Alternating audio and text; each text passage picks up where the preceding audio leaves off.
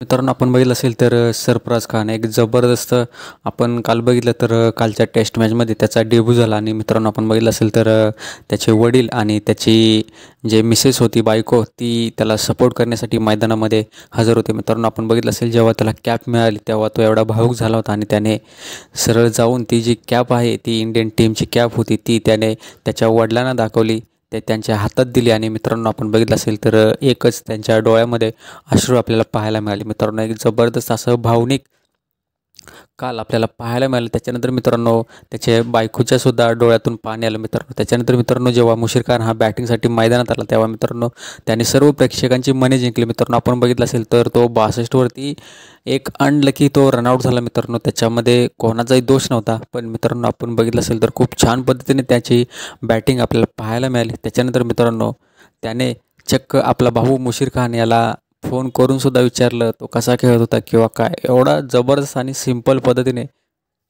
पद्धतीने आपल्याला त्याच्याकडून त्याचं जे जीवन आहे किंवा त्याच्यावरती जे संस्कार झाले ते आपल्याला पाहायला मिळतात. खरंच सॅल्यूट सरफराज खानला.